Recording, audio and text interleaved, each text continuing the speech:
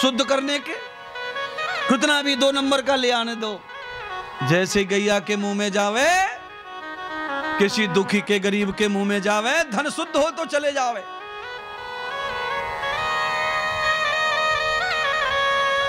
सुखदेव जी भगवान राजा परीक्षित को गले से लगा लेते महाराज, और हृदय से लगाए ही राजा परीक्षित के नेत्र खुल जाते हैं, तेज आ जाता है शरीर में, प्राण वापिस आ गए राजा परीक्षित के।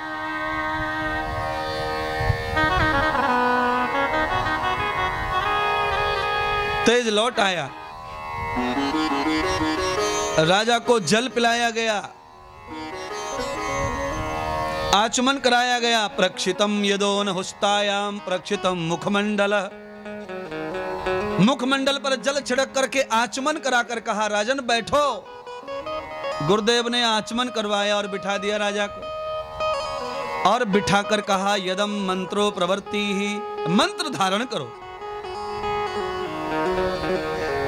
डॉक्टर ही समझता है कि मरीज को एडमिट करना है कि थोड़ी सी दवा देके घर भेजना है। जो सच्चे गुरु हैं वो जानते हैं चेला को घर रखना है कि वापस भेजना है। राजा परीक्षित को समझ गए गुरुदेव, एडमिट नहीं किया तो ये मर जाएगा। इसीलिए गुरुदेव भगवान ने राजा को स्वयं ही मंत्र दान किया, दीक्षा दान की। राजा को कुछ भी समझ नहीं रहा, दीक्षा क्या होती है, मुझे लेनी चाहिए कि नहीं लेनी चाहिए। सारा जीवन बेकार है। हिंदू होना कलंक है अगर हमारे जीवन में सच्चे गुरु नहीं आए तो।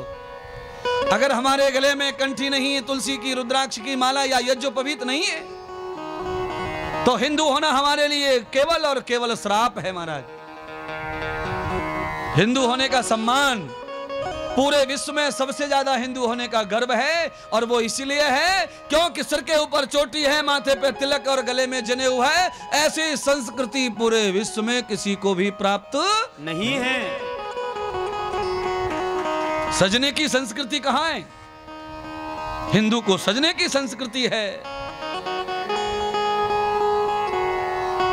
रोज चोटी में कंघी लगावे और गठबंधन करे, रोज ताला तिलक करे, यज्ञोपवीत को रोज प्रक्षालन करे।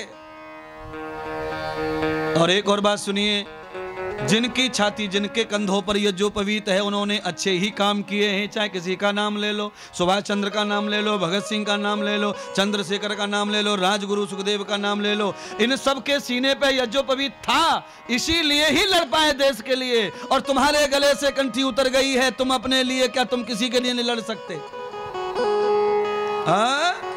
तुम्हारे हाथ में से कुत्ता रोटी लेके भाग जाए, तुम उसे ही नहीं पकड़ सकते, तो लड़ोगे किससे?